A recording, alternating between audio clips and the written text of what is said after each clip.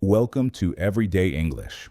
We are dedicated to helping you master real-world conversational English. We're here to give you the tools and the confidence to move beyond the textbook and into genuine, meaningful connections. In each episode, we tackle a practical aspect of the language to help you navigate daily life with ease and fluency. And today, we're diving into a topic that is absolutely essential for that: the secret art of English small talk. Guide to never being awkward again. We're going to reframe how you see these brief, casual conversations, because mastering small talk isn't just about filling silence. It's a fundamental key to unlocking true fluency, deeper cultural integration, and the kind of confidence that transforms your daily interactions. You see, textbook English can teach you how to order a meal or ask for directions, but it rarely prepares you for the moment after you order, when you're waiting for your coffee next to a friendly stranger. It doesn't teach you how to turn a simple hello to a coworker into a brief, pleasant chat. This is where fluency truly lives. It's the ability to navigate the unscripted moments of life with ease and grace. Small talk is the bridge between knowing English and living in English. Culturally, it's how we signal that we're open, friendly, and part of the community. It's a low-stakes social ritual that built a foundation of goodwill. And for your confidence, every successful small talk interaction is a small victory. It proves to you that you can handle spontaneous conversation, which in turn makes you more willing to initiate them in the future. It's a powerful, positive feedback loop. So today, we're going to build that skill set, piece by piece. Our journey begins with a crucial mindset shift. Many of us have been taught to see small talk as fake or meaningless, but that's like saying the warm-up before a workout is pointless. The warm-up prepares your body, prevents injury, and sets you up for success. Small talk is the social warm-up. It prepares the ground for more meaningful connection. It signals friendly intent, and it creates a comfortable atmosphere for everyone. It is a skill, not a personality trait. And today, you will start to learn it. The cornerstone of our practical strategy is a simple, powerful formula. The acronym is ARE. That's ARE for anchor, reveal, and encourage. This three-step method is your key to starting a conversation in almost any situation. Let's start with A for anchor. An anchor is a comment about your immediate shared surroundings. It's your common ground. You are both experiencing it, so it's a natural and safe place to start. Let's imagine a few scenarios. At a work lunch, this place gets so busy during the lunch rush. In a grocery store line, they always have such interesting music playing in here. At a dog park, it's the perfect day for the dogs to be out, isn't it? The anchor is simple, observational, and non-controversial. Next is R for reveal. This is where you make it personal, but in a very small, low-stakes way. You offer a tiny piece of information about yourself that connects to the anchor. This is the magic ingredient that turns a generic observation into a human connection. Let's build on our examples. At the work lunch, after this place gets so busy, you reveal, "I was worried we wouldn't find a table." In the grocery store, after commenting on the music, you reveal, "It's much better than the usual pop songs."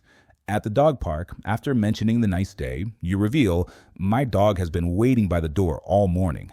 Each reveal is tiny, but it adds a layer of personality. And finally, we have E for encourage.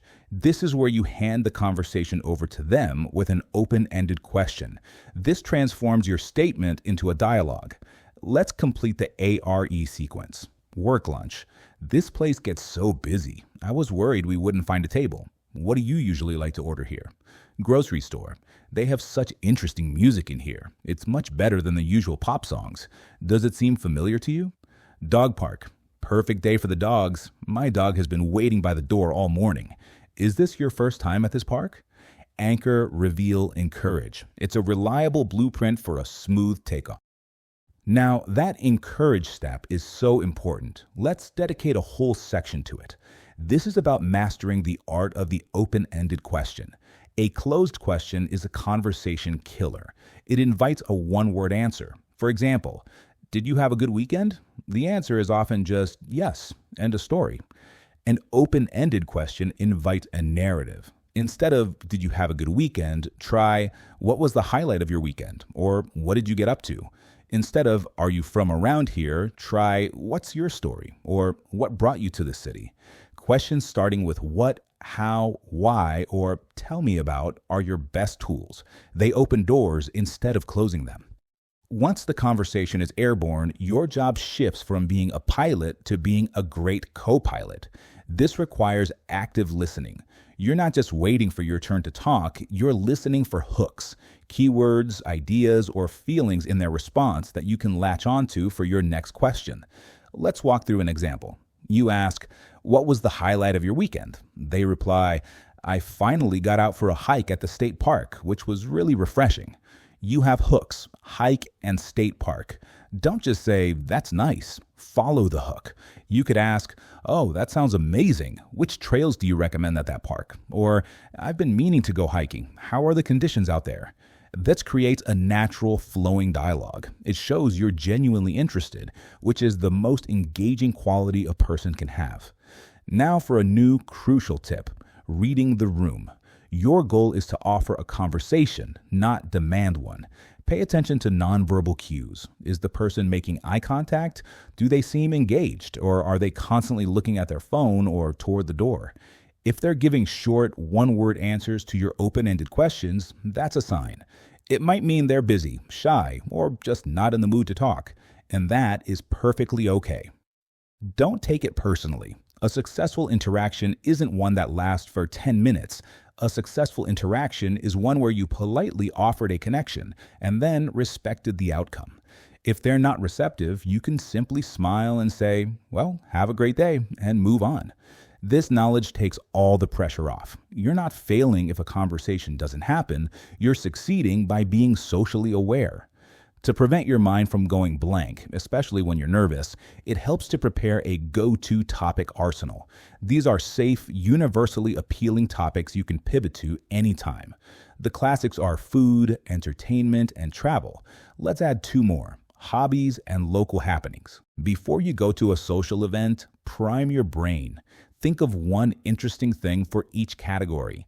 What's a new restaurant you've tried? What's a show you're currently watching? Have you heard about that new festival coming to town? Having these ready is like having a conversational safety net. If a chat starts to fizzle, you can say, speaking of interesting things, have you seen that new documentary everyone's talking about? Finally, knowing how to end the conversation is just as important as knowing how to start one. Trapping someone in a conversation is a common fear, but the graceful exit is an easy skill to learn. The formula is simple. Make a positive statement, state your reason for leaving, and offer a warm closing. For example, well, it's been so nice hearing about your hiking trip. Positive statement. I should probably go grab another coffee before my next meeting. Reason. It was a pleasure to meet you. Warm closing. Or at a party. I've really enjoyed this chat. Positive. I'm going to make a quick round and say hi to a few people. Reason. Hopefully we'll talk again later. Warm closing. It's clear, polite, and leaves a fantastic final impression.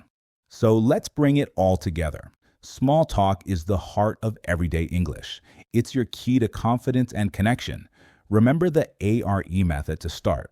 Master open-ended questions and active listening to sustain. Build your topic arsenal to stay prepared. Learn to read the room to stay aware. And perfect your graceful exit to always end on a high note. Here is your challenge. In the next 48 hours, I want you to find just one low-stakes opportunity to practice. Use the ARE method with the cashier at the supermarket. Ask an open-ended question to a colleague. It's not about becoming a master overnight. It's about taking one small, courageous step. That's how you turn awkward into artful. Thanks for tuning in.